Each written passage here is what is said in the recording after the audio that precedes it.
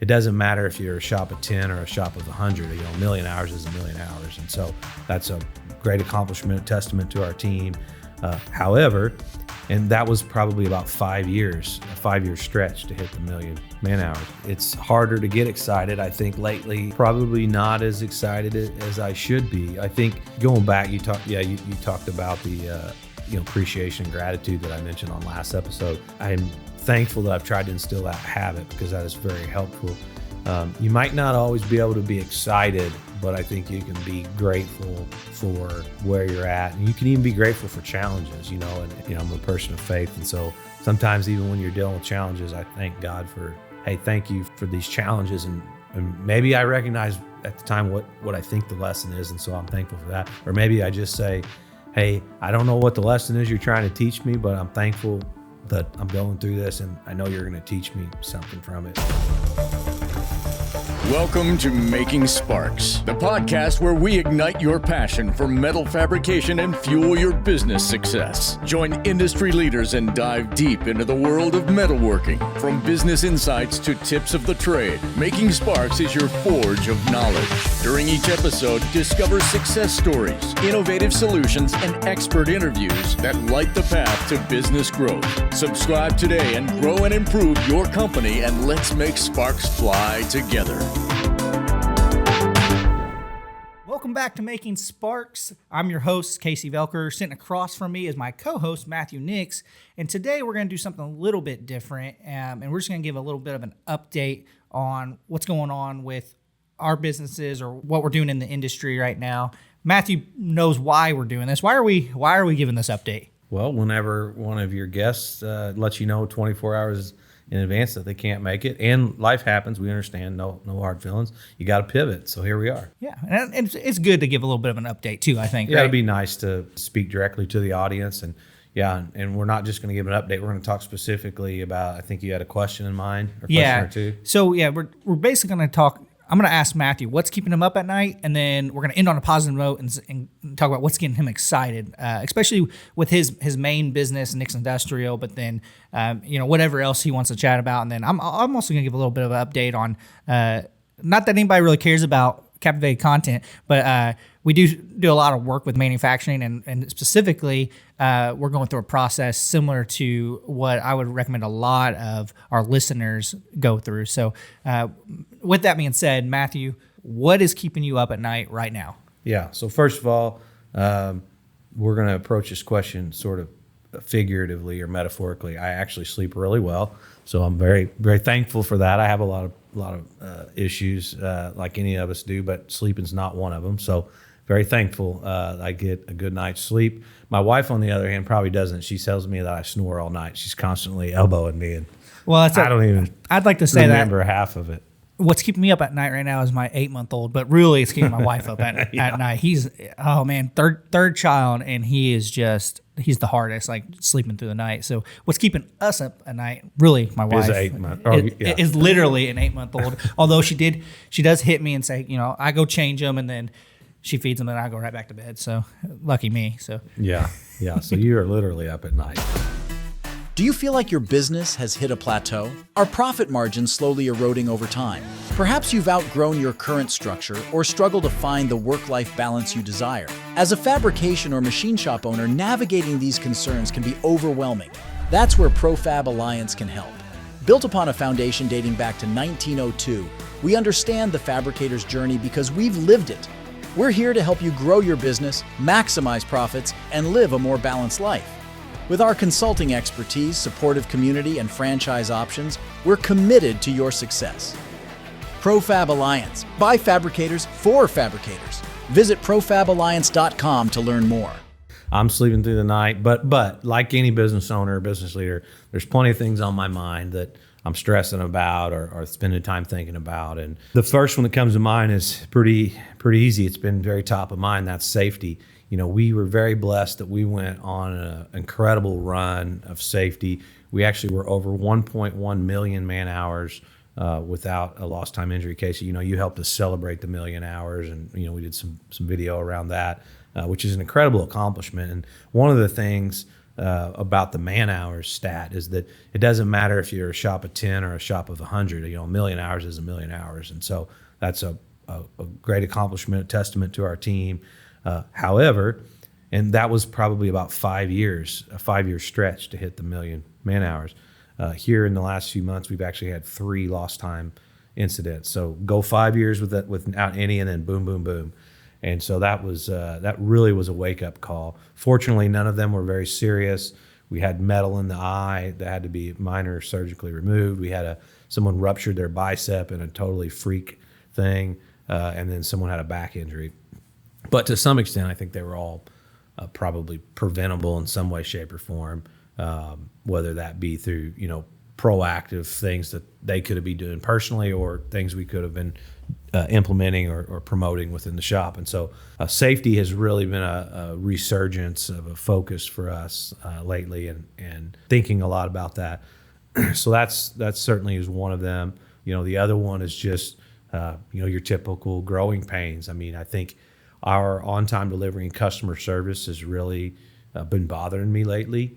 It's not terrible, but it could always be better. And like, for example, we want our on-time delivery to be 99%, and we're 96%. 96% sounds pretty bad, but instead, if I told you we only want 1% of our jobs to be late, but 4% of our jobs are late, that's sort of a different thing, right? We are late 4 times more than we want to be.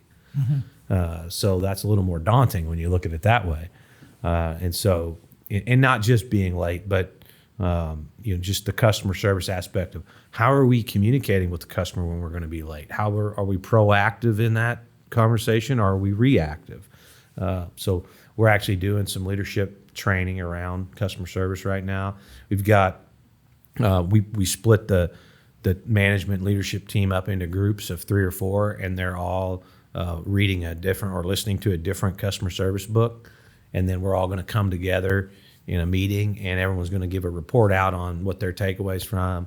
I'll provide some questions for them to answer based on it, and so I'm looking forward to that. Yeah, as it relates to the core business, I think those are the 2 big ones right now, are just safety, and then I might add execution. I mean, I got to believe I don't know if you ever get away from stressing about that. Just executing work in general, good quality work, on time, under budget.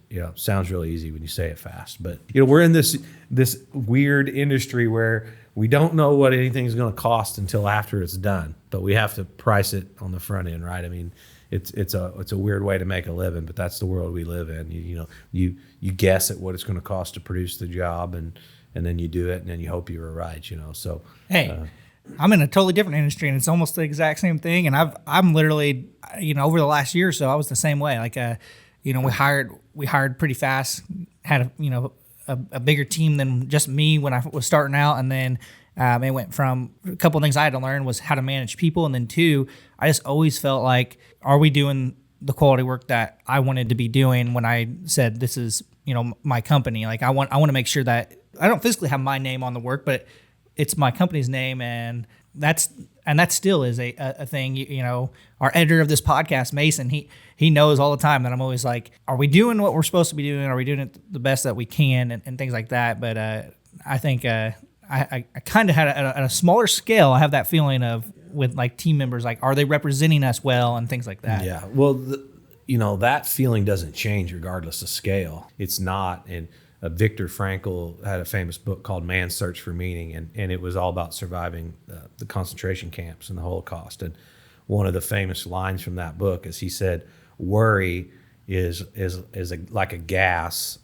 When you enter it into any space, it fills up every cubic inch of that space, regardless of how much you enter into the space, right? So if you insert oxygen into a space, if you put this much oxygen or this much oxygen, it fills the entire space, right? It might not be as dense, but worry is the same way, he says. So my point is, you worrying about 3 or 4 team members is not any more worry or less worry than someone worrying about 300 or 400 team members. It's not physically possible. So I would just tell you, and that I bring that up because I know we're going on a tangent here, but that was a very powerful thought for me as I was discerning whether or not to really grow the business. Because I think the perception is that if I grow the business, I'm going to have so many more problems and worry. And yeah, you might have more problems, but I'll tell you what happens is you only worry about the important ones and you quit worrying about all the other ones. You don't have the capacity to worry about everything, right? So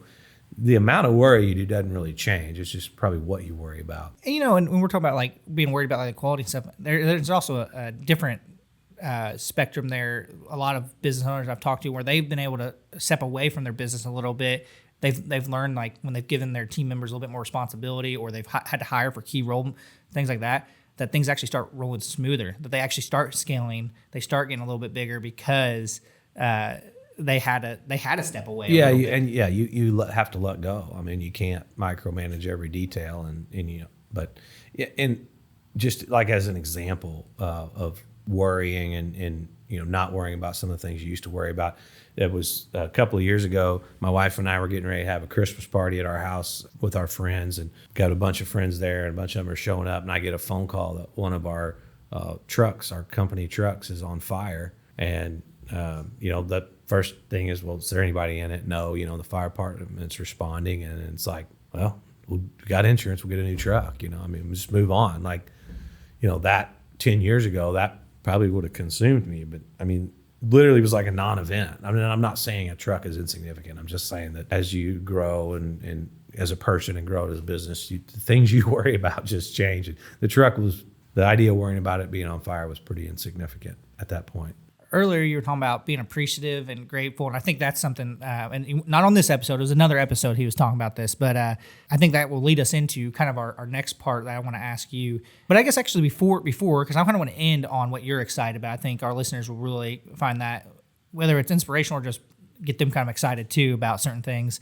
I'm going to talk a little bit about something that my business got to do that I am very appreciative, very grateful for is, one of the sponsors of this podcast is ProFab Alliance. We've been doing some work for them from a video standpoint, but recently we actually went through the strategic planning process, and we're still kind of going through it a little bit right now, but we went through like the first half of it, and it was really cool to sit down with a business consultant to really talk about my personal goals for my business and then the business goals and things like that. And I thought I was just talking, just like normal, just like on this podcast, where I thought I was just spewing stuff out, not really making any sense. He's over there taking notes down and recently gave us our strategic plan.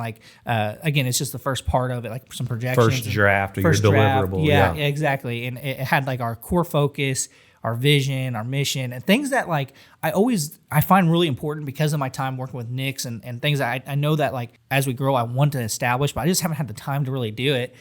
And he got back and I was really excited. We had me and my editor, our operations coordinator, Mason was there, and we're walking through it, and I'm like, he's like, you kind of mentioned this and this, and the vision's like right on. And the core focus was really close to what we're basically trying to advertise on our website and all that. And anyway, that's something that if you ask about what's getting me excited, that's been what's really gotten me excited, especially after, what has kept me up at night was, Matthew, I had a few bad months, or Captivated Content had a few bad months. And we got away from doing a lot of work for industrial and manufacturing businesses. We've had some turnover on employees. I've had my first taste of being really a business owner and manager and stuff. And it's been a little bit of a tough pill to swallow. So to get that back, that's really got me excited. So yeah, that's a great exercise to go through. I'm glad you're doing that. And you're speaking on the front end part of it too, but you guys will be diving, just so our listeners know, you'll be taking that vision, mission, core focus, and you're going to be putting the meat and potatoes to it, which is what are the 3-year goals we want to accomplish, and what are the priorities around accomplishing those goals, and taking that strategic plan and really turning it into what we call an annual operating plan, which is what are we going to do this year to move towards that. Yeah, we actually have that scheduled next week, so I'm really excited. Like I said, I had those bad months at the beginning of the month, so actually it's weird to say that we put it off way longer than we should have. So I'm super excited about that. But so now I got to say what's getting me excited. What's got you excited? What's got you talking loud? What's got you pumped up? What's got you talking loud? You get excited, you talk loud. That's right, I do. Yeah. I'm like anybody. Sometimes it's harder to get excited. I think lately, it's been a little bit harder for me to get excited. I just shared some of the things we're dealing with, and so probably not as excited as I should be. I think going back, you talked about the appreciation and gratitude that I mentioned on last episode. I'm thankful that I've tried to instill that habit because that is very helpful. You might not always be able to be excited, but I think you can be grateful for where you're at, and you can even be grateful for challenges, and try to remember that, and I'm a person of faith, and so sometimes even when you're dealing with challenges, I thank God for, hey, thank you for these challenges, and maybe I recognize at the time what I think the lesson is, and so I'm thankful for that. Or maybe I just say, hey, I don't know what the lesson is you're trying to teach me, but I'm thankful that I'm going through this, and I know you're going to teach me something from it. And I think when we have that disposition, things just go better. And I don't always do a good job of that, but I think when I am doing that, things just tend to go better. So maybe, I guess I would say, even if you can't be super jacked and excited or talking loud, like you said, you can find ways to be thankful. But if I'm going to get excited, the things that would excite me right now are probably, let's just talk. I'll maybe kind of go through the different parts of our business quickly, but we'll start with the legacy business, NIX Industrial. And I say legacy, but just to remind listeners, or if you haven't heard my story, we're 5th generation family business. Started as a blacksmith, evolved to a mom and pop welding shop, metal fabrication, and then today we're a custom manufacturer and industrial maintenance provider. Still mostly all things metal, but so anyways, that's NIX Industrial, the legacy family business. So I'll talk a little bit about that. Continuing to grow geographically, we're excited about that. We operate in a 5 or 6 state region. We operate nationwide, but we're not chasing work. I mean, if a customer asks us to do a job or go there, we do, but predominantly 5 or 6 state region. Continuing to add boots on the ground or physical brick and mortar locations in that area. Growing geographically, we're excited about that.